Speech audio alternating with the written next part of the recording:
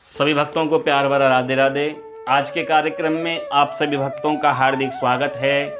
आज जो मैं चर्चा लेकर के आया हूँ आपके समक्ष, वो चर्चा है पुत्रदा एकादशी के विषय में। और आज की वीडियो में जो चर्चा मैं करूँगा वो चर्चा रहेगी पुत्रदा एकादशी कब मनाई जाती है। तो आइए ज़्यादा समय न लेते हुए आज की चर्चा को प्रारंभ करें। देखिए भक्तों, यह जो पुत्रदा एकादशी है, वैसे एकादशी जो तिथि होती है ये भगवान विष्णु को समर्पित होती है। भगवान विष्णु की पत्नी कौन? मैया लक्ष्मी। जब पति को पूजा जाएगा तो उनकी पत्नी को ही पूजा जाएगा। तो एकादशी तिथि पर भगवान विष्णु की कृपा प्राप्त होती है, मैया लक्ष्मी की कृपा प्राप्त होती है। ये जो पुत्रदा एकादशी आती है वो सावन मास में आती है। सावन मास जो महीना है ये भोले बाबा को समर्पित होता है।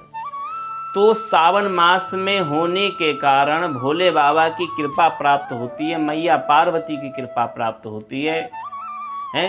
भगवान विष्णु की पूजा करने का तो सौभाग्य प्राप्त होता ही होता है, मैया लक्ष्मी की पूजा करने का सौभाग्य प्राप्त होता ही है, लेकिन भोले बाबा की पूजा करने का भी सौभाग्य प्राप्त होता है। भोले बाबा की रुद्राभिषेक करने का सौभाग्य प्राप्त होता है। भोले बाबा के मंत्रों का जाप करने का सौभाग्य प्राप्त होता है।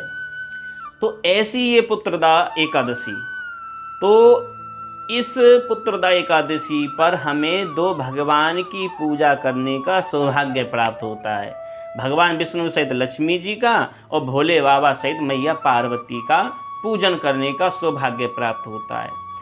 और इस दिन सभी सौभाग्यवती महिलाएं अपनी संतान की प्राप्ति के लिए इस व्रत को रखती हैं। तो ये पुत्रदा एकादशी कब मनाई जाती है? तो श्रवण कीजिएगा भक्तों, ये जो पुत्रदा एकादशी आती है ये सावन मास में हर साल आती है। हर साल सावन मास के शुक्ल पक्ष की एकादशी तिथि पर ये पुत्रदा एकादशी मनाई जाती है। देखिए भक्तों, जो सौभाग्यवती महिलाएं जिनके घर में संतान नहीं है, अगर वह मैयाएं, वह सौभाग्यवती महिलाएं विधि विधान से इस पुत्रदा एकादशी का व्रत रखती हैं, भगवान विष्णु की कृपा से, भोले बाबा की कृपा से उनके घर में बच्चों की किलकारी गूंजने लगती है।